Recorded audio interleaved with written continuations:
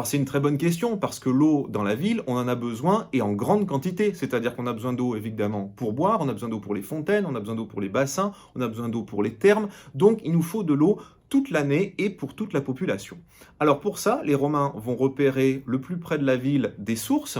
Donc par exemple ici pour Cemenelum, on va en trouver deux à plusieurs kilomètres de distance et il va falloir amener l'eau de ces sources jusque dans la ville. Donc pour ça, ils vont construire des grandes canalisations qu'on va appeler des aqueducs, et ces aqueducs vont amener l'eau comme ça de la source à la ville romaine. Alors ils vont devoir traverser des montagnes, ils vont devoir traverser des vallées, mais à chaque fois les aqueducs vont s'adapter au terrain.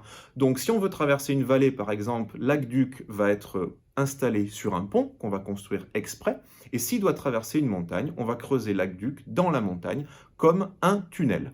Donc comme ça va permettre aux Romains d'avoir de l'eau courante, régulièrement, toute l'année, et pour tout le monde. Donc les plus riches pouvaient avoir de l'eau directement qui arrivait chez eux, et pour les plus pauvres, on pouvait se servir directement dans les fontaines publiques. Alors, malin les Romains, non?